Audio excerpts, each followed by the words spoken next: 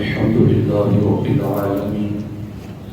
والصلاة والسلام على سيد الأنبياء والمرسلين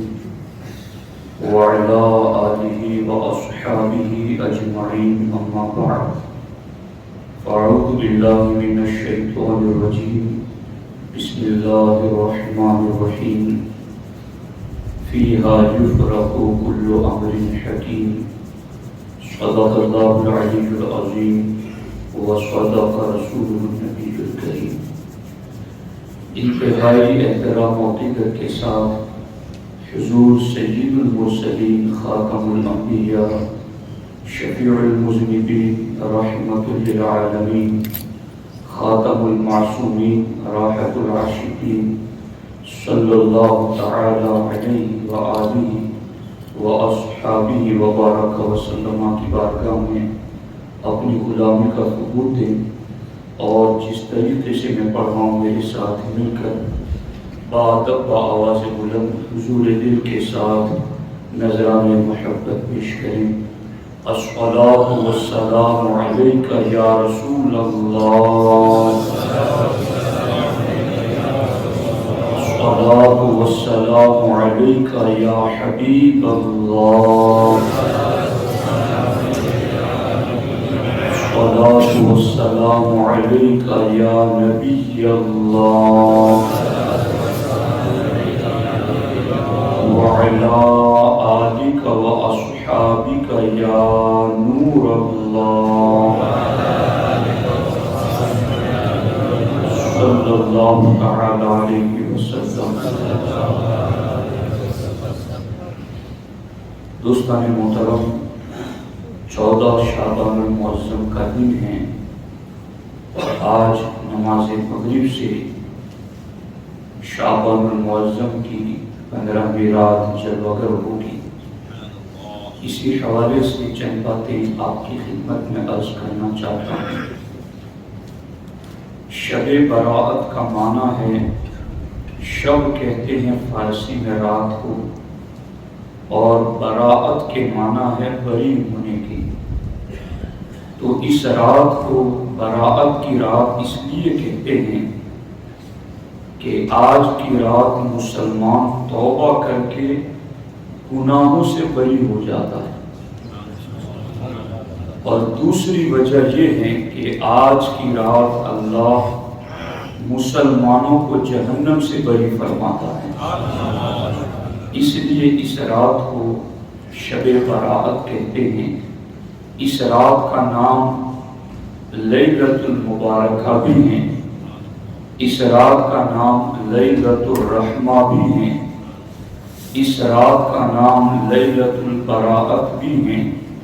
اور اس رات کا نام لیلۃ الصف بھی ہے۔ یہ وہ عظیم رات ہیں،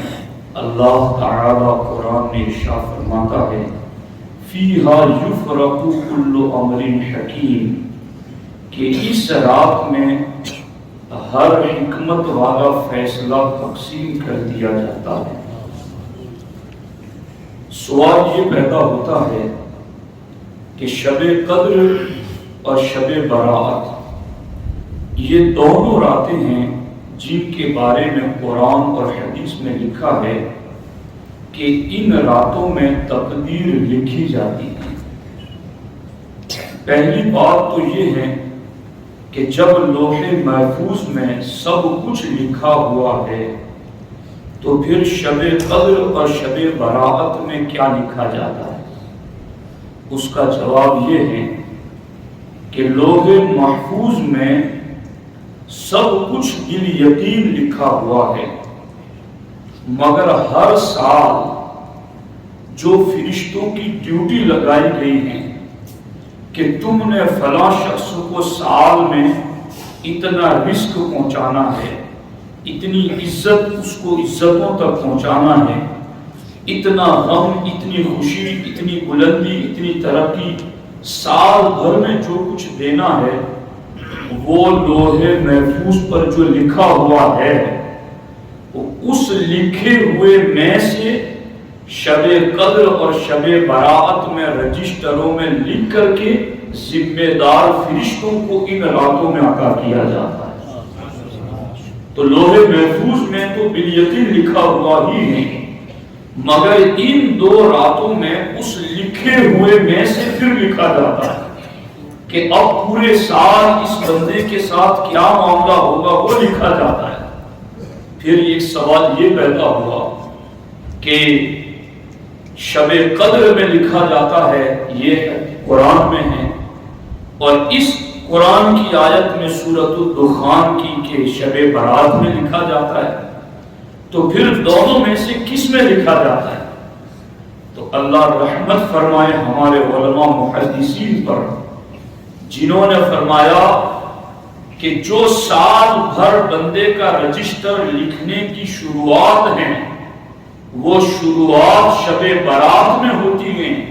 اور وہ سال بھر کے بندے کے رجسٹر کی تکمیل شب قدر میں ہوتی ہے۔ اس لیے کہا گیا کہ دونوں راتوں میں لکھا جاتا ہے کہ سال بھر بندہ جو کچھ کرے گا اس کے لکھنے کا آغاز شب برات میں ہوتا ہے، اور اس رجسٹر کا کمپلیٹ ہونا یہ شب قدر میں ہوتا ہے۔ اس لیے کہا گیا کہ دونوں ہی رات میں لکھا جاتا ہے۔ اور اس سلسلے میں جب میں مرقات کو پڑھ رہا تھا تو مولا علی قاری رحمت اللہ تعالی علیہ نے اس سلسلے میں مزید اشارے عطا فرمائے ہیں۔ آپ فرماتے ہیں یستفاد من الحدیث والآیہ وقوع ذلك الفرق فی کل من اللیلتین، کہ حدیث اور آیت دونوں سے یہ فائدہ مل رہا ہے کہ یہ لکھنے والا کام اور سونپے جانے والا کام شب برات میں بھی ہوتا ہے اور شب قدر میں بھی ہوتا ہے۔ ایسا کیوں؟ فرماتے ہیں اعلاما بمزید شرفہما، تاکہ اللہ کے نزدیک جو ان 2 راتوں کا شرف ہے وہ ظاہر کر دیا جائے، کہ ان دونوں راتوں کی عظمتیں ظاہر کرنے کے لیے دونوں ہی راتوں کی طرف اس چیز کو منسوخ کیا گیا۔ آگے آپ فرماتے ہیں کہ یحتمل ان یکون الفرق فی احداہما اجمالا وفی الاخری تفصیلا، فرماتے یہ بھی ہو سکتا ہے کہ شب برات میں جو لکھا جاتا ہے سال بھر کا رجسٹر وہ اجمالی طور پر لکھا جاتا ہے، اور شب قدر میں اس کی تفصیل لکھی جاتی ہے۔ اور آگے فرماتے ہیں یہ بھی ہو سکتا ہے کہ احداہما بالامور الدنیویہ والاخری بالامور الاخرویہ، کہ ایک رات میں دنیاوی معاملات لکھے جاتے ہیں اور دوسری رات میں اخروی معاملات لکھے جاتے ہیں۔ اور اس سلسلے میں مزید احتمالات بھی انہوں نے ذکر کیے ہیں۔ خیر، تفصیل لکھی جا رہی ہو یا اجمال لکھا جا رہا ہو، دنیاوی امور لکھے جا رہے ہوں یا اخروی امور لکھے جا رہے ہوں، رجسٹر کی شروعات ہو رہی ہو یا رجسٹر کا آخری پنا لکھا جا رہا ہو، ہمیں حکم ہے کہ شب برات کو بھی عبادت کے ذریعہ زندہ رکھیں اور شب قدر کو بھی عبادت کے ذریعہ زندہ رکھیں، تاکہ ہمارے سال بھر کے رجسٹر کا پہلا پنا بھی جب لکھا جا رہا ہو تب بھی مومن سجدے اور عبادت میں ہو، اور جب آخری پنا لکھا جا رہا ہو تب بھی وہ اللہ کی رضا والے کاموں میں لگا ہوا۔ اور اس سلسلے میں ہمارے علماء نے یہ بھی لکھا کہ بنیت الطالبین میں سرکار غوث پاک لکھتے ہیں کہ مسلمانوں کے لیے زمین میں 2 عیدیں ہیں، اسی طرح فرشتوں کے لیے آسمان میں 2 عیدیں ہیں۔ زمین میں مسلمانوں کے لیے 2 عیدیں عید الفطر اور عید الاضحیٰ ہیں، اور آسمان میں فرشتوں کے لیے 2 عیدیں شب برات اور شب قدر ہے۔ تو ہم فرشتوں کی عید میں شریک ہو رہے ہیں، اور وہ عظیم رات ہمارے درمیان 10 جلوگر ہونے والی ہیں۔ ہم اس رات میں کیا کرنا ہے، اس حوالے سے میں 2 خاص باتیں آج آپ کی خدمت میں عرض کرنا چاہتا ہوں۔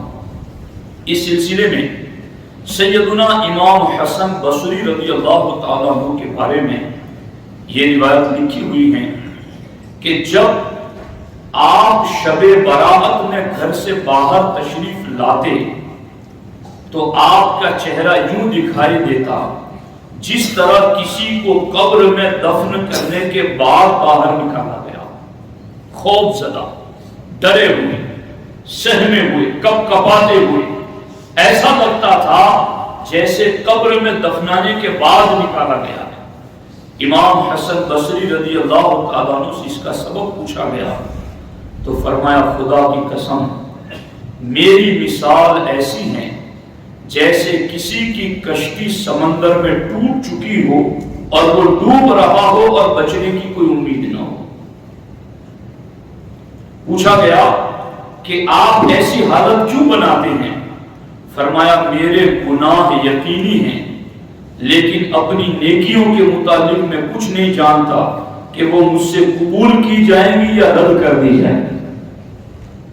یہ امام حسن بصری ڈائریکٹ مولا علی کے خلیفہ ہیں۔ ہمارے نبی علیہ السلام کے گھر میں ان کی تربیت ہوئی تھی، ام المومنین کا انہوں نے دودھ پیا ہے۔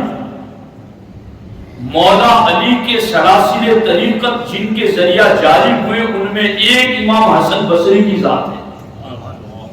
اتنے مرتبے بلند ہونے کے باوجود بھی ایسی راتیں آتی تو وہ کتنا خوف میں مبتلا رہتے اور کس قدر اللہ کی بارگاہ میں حاضری کے حوالے سے ڈرا کرتے تھے۔ آج ہمیں اپنا جائزہ لینے کی ضرورت ہے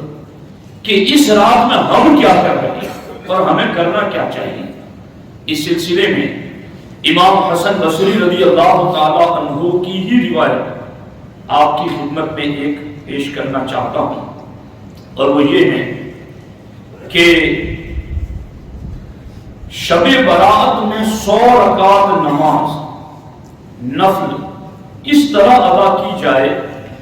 کہ ہر رکعت میں سورۃ الفاتحہ کے بعد 10 مرتبہ سورۃ الاخلاص یعنی قل هو اللہ احد شریف پڑھی جائے۔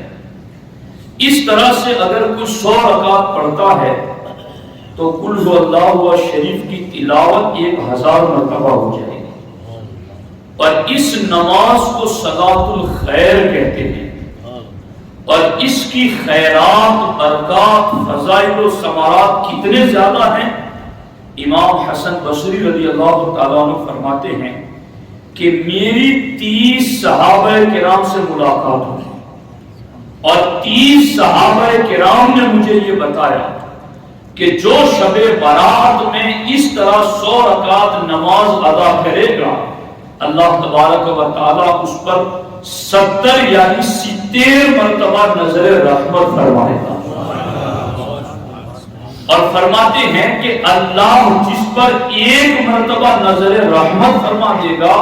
اللہ اس کی 70 حاجتوں کو پورا فرما دے گا اور ان 70 حاجتوں میں سے سب سے چھوٹی حاجت یہ کہ اللہ اس کے گناہوں کو معاف فرما دے گا۔ تو آپ غور فرمائیں 100 رکعت نماز ادا کرنی، ہر رکعت میں سورہ فاتحہ کے بعد 10 مرتبہ قل هو اللہ شریف کی تلاوت کرنی۔ ضرور کوشش کریں اس سلسلے میں۔ اس بارے میں دوسری اہم بات جو عرض کرنا چاہتا ہوں وہ یہ ہے کہ آج کی آنے والی رات میں قبرستان جانا، مردوں کے لیے بخشش کی دعا کرنا، یہ بھی ہمارے پیارے نبی علیہ السلام کی پاکیزہ سنت ہے۔ اس لیے اس رات مردوں کو خاص یاد رکھو۔ ہمارے آقا علیہ السلام فرماتے ہیں مردہ قبر میں ایسے ہوتا ہے جیسا سمندر میں کوئی ڈوبنے والا۔ سمندر میں ڈوبنے والے کو سہارے کی ضرورت، مردے کو قبر میں ایصال ثواب کی ضرورت۔ اور پھر یہ شعبان المعظم کی 15ویں رات مغرب کا وقت آئے تو خاص ان کے لیے ایصال ثواب کرو۔ حدیث پاک کا مفہوم ہے کہ چند راتیں ایسی ہیں، چند گھڑیاں ایسی ہیں جن میں مردوں کی روحیں گھر آتی ہیں، دروازوں پر کھڑی رہتی ہیں اور گھر والوں کو آواز دیتی ہیں یا اولادی و یا اقربائی ارحموا علینا بالصدقہ، اے میری اولاد، اے میرے رشتہ دار، اے میرے بھائی بہن، صدقہ کر کے ایصال ثواب کر کے ہماری روحوں کو ایصال ثواب کرو۔ ایسا نہ ہو کہ روحیں دروازوں پر آ کر مایوس چلی جائیں اور اس مسلمان کو خبر ہی نہیں۔ اس لیے خاص اہتمام کرو ایصال ثواب کا، پڑھ سکو پڑھ کر، صدقہ دے کر، نماز پڑھ کر کے، قرآن پڑھ کر کے، ذکر و اذکار کر کے، تسبیح پڑھ کے، جو بھی ممکن ہو سکے نیک عمل کر کے اپنے مرحوموں کو یاد رکھو۔ اور پھر وقت نکال کر آج کی رات قبرستان جاؤ، اپنے والدین، اپنے رشتہ دار، ان کی قبروں پر حاضری دو اور ان کی قبروں پر لمبا وقت گزارو۔ یوں نہیں کہ بس ایک فارمیلٹی کے لیے گئے اور چلے آئے، وہاں بیٹھ کر پڑھو کچھ قرآن، وہاں بیٹھ کر کچھ ذکر و اذکار کرو، کچھ تسبیح پڑھو۔ اور اصل طریقہ تو یہ بھی ہے کہ جب ہم گھر سے قبر کی حاضری کے لیے نکل رہے ہوں اور مستحب یعنی مکروہ وقت نہ ہو تو گھر سے مسجد سے جب قبرستان کے لیے نکلیں تو 2 رکعت پڑھ کے نکلیں، اور وہ 2 رکعت اس طرح پڑھیں کہ ہر رکعت میں سورہ فاتحہ کے بعد 1 مرتبہ آیت الکرسی اور 3 مرتبہ قل هو اللہ شریف پڑھیں۔ ایسی 2 رکعت پڑھ کر سلام پھیر کر اس نماز کا ثواب جن کی قبر پر جا رہے ان کی روح کو پہنچاؤ۔ یہاں کتابوں میں لکھا گیا، حدیث پاک کا مفہوم ہے کہ تم بعد میں پہنچو گے، نور پہلے قبر میں پہنچ جائے گا۔ تو یوں 2 رکعت پڑھ کر کے ان کی روح کو ایصال ثواب کر کے پھر قبرستان کی طرف جاؤ۔ اور آگے جب قبرستان میں جاؤ تو قبر پر حاضری دینے کا طریقہ یہ ہے کہ پشت قبلے کی طرف ہو اور چہرہ میت کے چہرے کی طرف قبر میں، اور پھر وہاں جا کر کہیں السلام علیکم یا اہل القبور یغفر اللہ لنا ولکم انتم لنا سلف ونحن بالاثر۔ یہ پڑھنے کے بعد پھر ایک دعا پڑھ لو اور وہ یاد کر لینا۔ وہ دعا یہ ہے اللہم رب الاجساد البادیہ والعظام النخرہ التي خرجت من الدنيا وهي بك مؤمن ادخل عليها روحا من عندك وسلاما مني۔ یہ دعا اگر قبرستان میں جا کر کوئی مسلمان پڑھ لیتا ہے تو حدیث پاک میں لکھا گیا کہ حضرت آدم علیہ السلام سے لے کر اس وقت تک جتنے بھی مومن فوت ہوئے ہیں وہ سارے اس دعا پڑھنے والے کے لیے مغفرت کی دعا کرتے ہیں۔ کتنی برکت ہے، اتنی تعداد ہمارے لیے مغفرت کی دعا کریں، یہ دعا بھی پڑھیں۔ پھر قبرستان میں جائیں تو ہمارے آقا علیہ السلام فرماتے ہیں جو شخص قبرستان میں داخل ہوا پھر اس نے سورۃ الفاتحہ، سورۃ الاخلاص اور سورۃ التکاثر الہاکم التکاثر پڑھی، پھر یہ دعا مانگی یا اللہ میں نے جو کچھ پڑھا اس کا ثواب اس قبرستان کے مومن مردوں اور مومن عورتوں کو پہنچا، تو وہ تمام مومن قیامت کے دن اس ایصال ثواب کرنے والے کی شفاعت کریں گے۔ کیسی رحمت بھری رات ہے اور کیسے انعامات مل رہے ہیں۔ ایک حدیث پاک میں یہ بھی لکھا ہے کہ جو 11 مرتبہ قل هو اللہ احد شریف پڑھ کر اس کا ثواب مردوں کو پہنچائے تو مردوں کی گنتی کے برابر ایصال ثواب کرنے والے کو اللہ ثواب عطا فرمائے گا۔ اس لیے ساتھیوں یہ بڑی رحمت والی بابرکت رات ہے۔ ہم اپنے مرحوموں کے لیے اور کر بھی کیا سکتے ہیں، یعنی روپیے پیسے لے جا کر اگر ان کی قبروں پر رکھ دیں تو کیا فائدہ پہنچے گا وہاں پر؟ یہ ایصال ثواب کا ایک طریقہ اللہ نے ہم پر رحمت کرتے ہوئے دیا کہ اگرچہ اس کے عمل کرنے کا تو رجسٹر بند ہو گیا، مگر یہ امت تو سرکار نے فرمایا نا امتی امت المرحومۃ، سرکار فرماتے ہیں میری امت بخشی ہوئی امت ہے، یہ قبروں میں داخل ہوگی بذنوبہا تو گناہ کو لے کر جائے گی، مگر قبروں سے اٹھے گی تو گناہوں سے پاک صاف ہو کر اٹھے گی، کیونکہ ان کے قبروں میں آنے کے بعد ان کے گھر والے ان کو ایثار ثواب کرتے رہے. تو یہ ایثار ثواب جو قبر میں گناہ لے کر بھی گیا ہے، اس ایثار ثواب کی برکت سے اللہ اس کے گناہوں کو معاف کر دیتا ہے. تو آج کی رات مردوں کی روحیں متوجہ ہیں ہماری طرف، اور میں آپ کو یہ چیز بتا رہا ہوں حدیث پاک کی روشنی میں، اس لیے غفلت میں رات دن نہ گزاریں، بالخصوص تیاری کریں، مغرب کی نماز کے لیے آئیں، جو نوافل پڑھائے جائیں وہ پڑھیں، اور اس کے بعد پھر جتنے بھی نیکی کے کام ہیں کریں، مرحوموں کے لیے سارے ثواب کریں. اور آج کی رات تو رب کی رحمتیں پہلے آسمان پر آ کر آواز دیتی ہیں، الا من مستغفر فاغفر له، ہے کوئی بخشش مانگنے والا کہ میں اس کو بخشوں، الا من مسترزق فارزق له،